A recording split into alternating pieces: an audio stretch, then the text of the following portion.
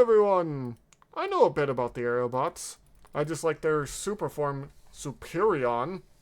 And I think I remember watching one of the episodes that they were in, for the most part. I think I remember them talking about how great or cool the Decepticons are for some reason. He has main character syndrome.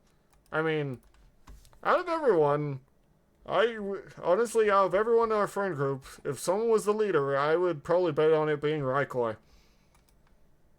Because I would trust him. But anyway, besides that point, hello everyone once again. Why is it obvious? Because you always say something like that, Dad. Anyway. Yeah, I was talking on stream. We do some of these reactions on stream, and if you guys want to catch us streaming or reacting on stream, you can obviously head over to my Twitch channel if you want. Hey, you might even catch me and be able to suggest whatever fun videos you want. I might be able to see it and type it in and then immediately watch it. So yeah, think about that idea.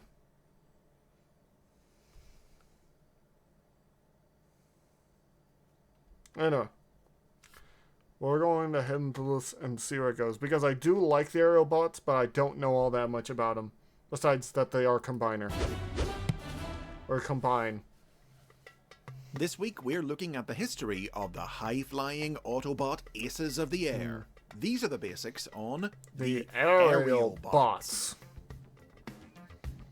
The toys that would become the original AERIALBOTS Those were toys designed for the Japanese toy are not line, great. Diaclone. I'll be However, honest, their Diaclone transformation wound up don't look being great. cancelled before the figures could be released, and they instead became part of the Transformers toy line, hitting shelves in 1986. The AERIALBOTS were the first Autobot combiner team. 5 jet robots able to merge into one giant super robot. The group was made up of the reckless, fun-loving F-15 Eagle Air Raid, good name, reconnaissance specialist Fireflight, and F-4 Phantom II, whose tendency to daydream made him a dangerously distracted. I will say these are just the same molds, but yeah. These are pretty good names so far. I won't even lie. But usually I would have Matt here to tell me about all these different things and stories about... He knows more about Transformers than I ever will. Because he just has a fun amount of knowledge of this. I don't know how he knows so much, but he does.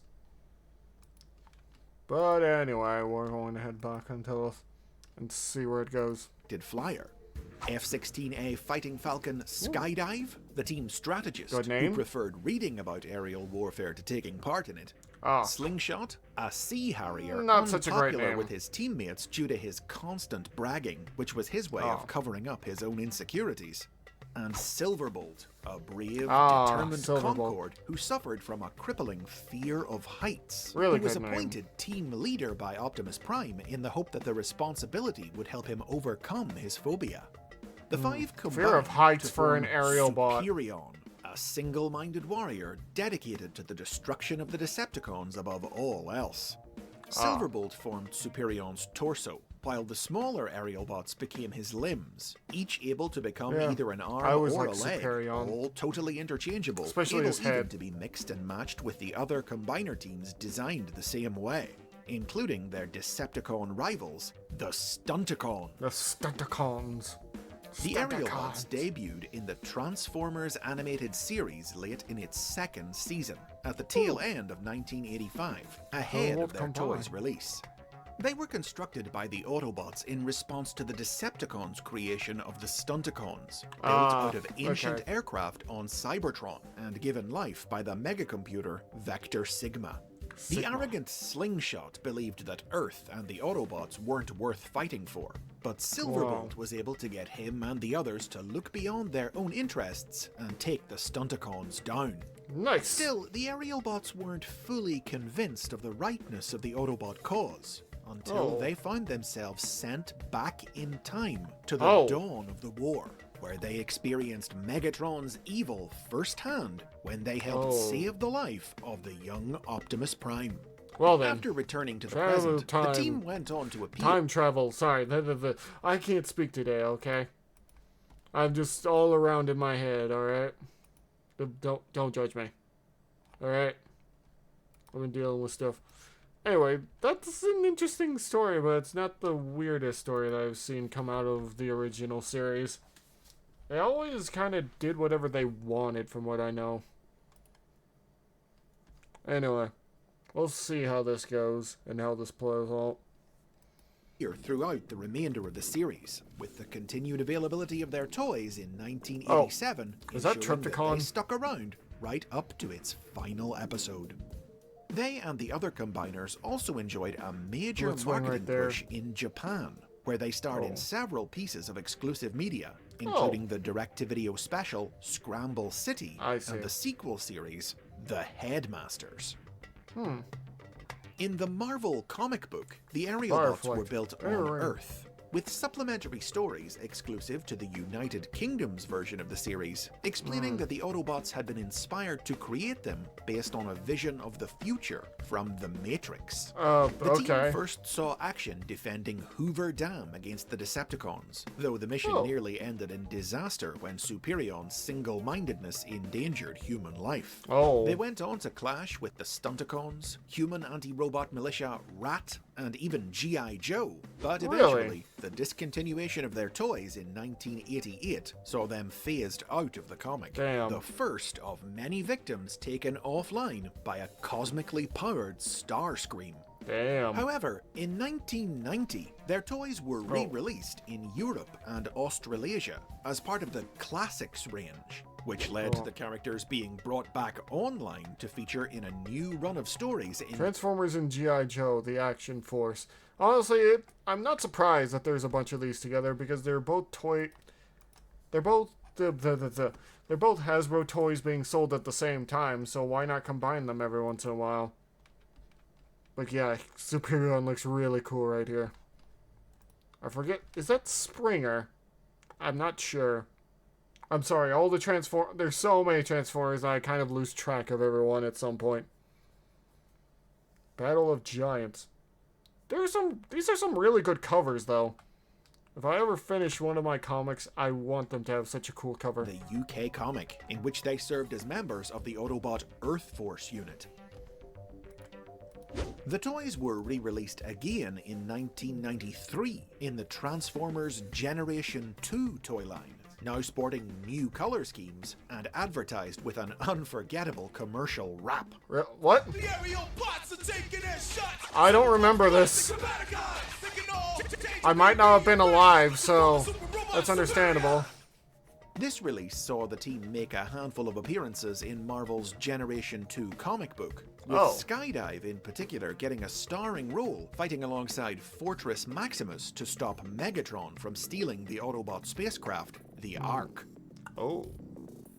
As both the first Autobot combiners and a unit of jets on a side famously made up mostly of cars and trucks, the AERIALBOTS were a distinct and memorable group. And the concept of an Autobot aircraft team is one that's often been revisited and reimagined by new Transformers series over the years. 2004's Transformers This is the one I remember. Featured the Air Team, made up of stealth plane Stormjet, A-10 Thunderbolts, Sky Shadow, and Terradive, and tactical fighters Dreadshot and Windraiser, who combined in the same interchangeable style as the original AERIALBOTS to form Superion Maximus. I don't remember the Rather Maximus than part. individual robots, though, the Energon cartoon presented these five as simply being parts of Superion, all controlled by his singular intelligence. Superion Maximus was one of 4 combiners from Cybertron's ancient past, who long ago entered stasis together to stand guard over a subterranean reservoir of super Energon.